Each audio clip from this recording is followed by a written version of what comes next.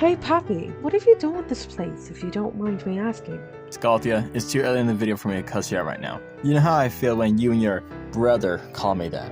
That's one. And two, I'm the man at all. Every year around this time, I like to deck the halls a little bit. Plus, being a white void for still characters trademark does get boring after a while. And hey, since it's the holiday season and y'all are here, I'm gonna tell you a story that my mother told me and my siblings once we were mere godlings. This is the true story of Christmas, retold in 7 minutes or less.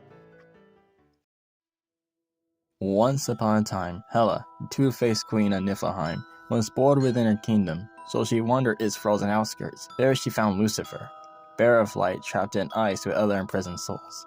Captivated by his beauty, she freed him. How'd you fell from heaven, O Lucifer, son of the morning? Asked Hela. I was banished from paradise as punishment for being a rebel, and I ended up here. Thank you for freeing me, Hela, Loki daughter, said Lucifer. What happened on that day, it was love at first sight.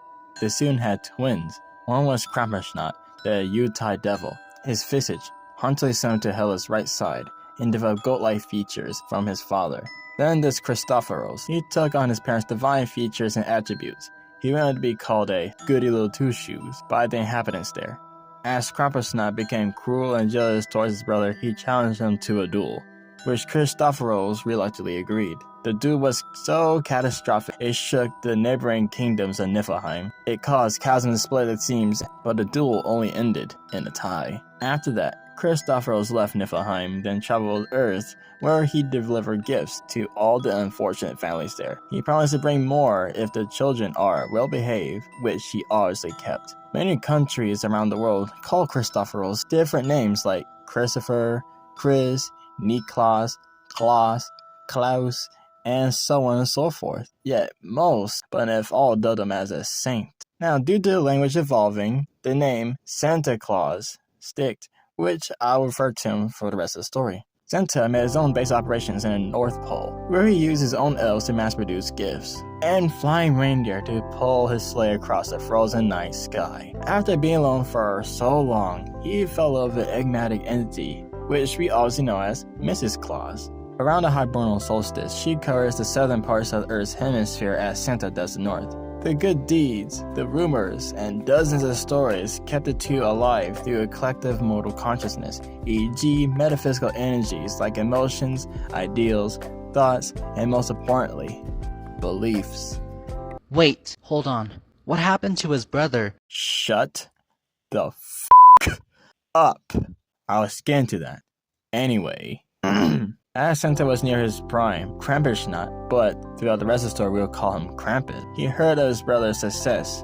Jealousy took over again, so Krampus spread his influence on Earth out of spite. Unlike Santa, who just merely left lumps of coal for naughty children, Krampus took things a step further. Instead of giving, he takes, particularly any bad children, to the South Pole, where he punishes them for pure sadistic amusement. Just like Santa, he doesn't work alone.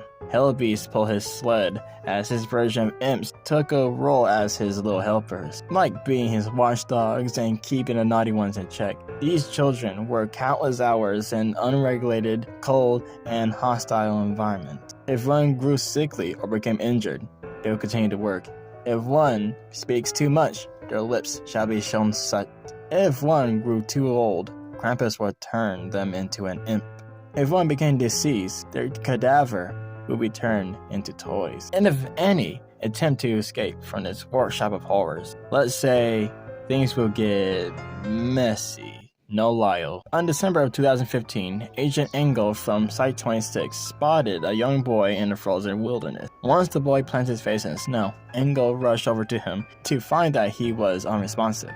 She rushed into Twilight-26 medical ward, where he was nursed back to health. The boy was later identified as Aaron, who vanished from a village near the Alpines a week ago. He was transported to the Crypt and Cryptina's main building for questioning. Aaron revealed the sheer hell that he and others went through. The only transgression that he made was losing his Christmas spirit. Other information what happened is classified by the Crypt Agency, but Aaron returned to his home safely. And that's the true story of Christmas, retold in 7 minutes or less. Well, I think it's a great story.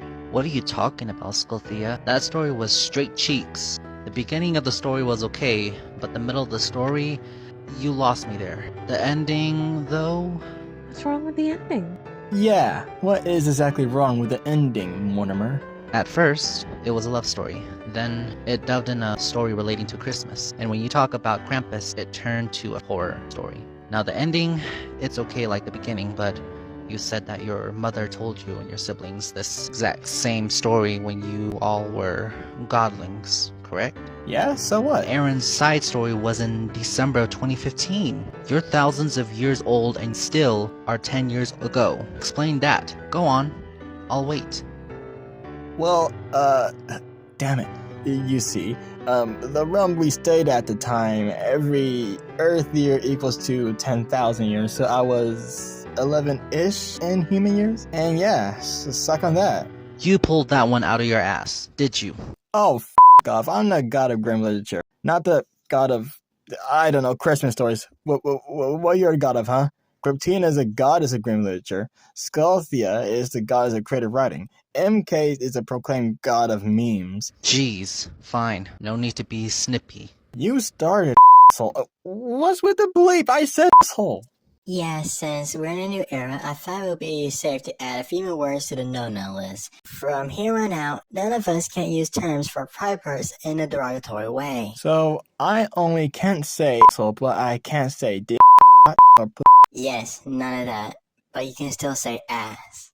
Hold the hell up. You created your theophanies without my permission, then convinced me to replace my employees with these things. Now you're over here policing our words in my own damn realm. You are a bitch. Oh, come on. You had to bleep that one too. Did he just refer to us as things and called our mom a Oh, I forgot. No derogatory language. Period. So we're going to ignore the disrespect? Okay. Me, I guess. Guys, I feel like we've lost the plot here. Oh, yes, we did. Yes, we did. Well, this is Crypt signing off. So enjoy your winter holidays. Stay safe. I love you all. Cosmically. This is supposed to be a music video.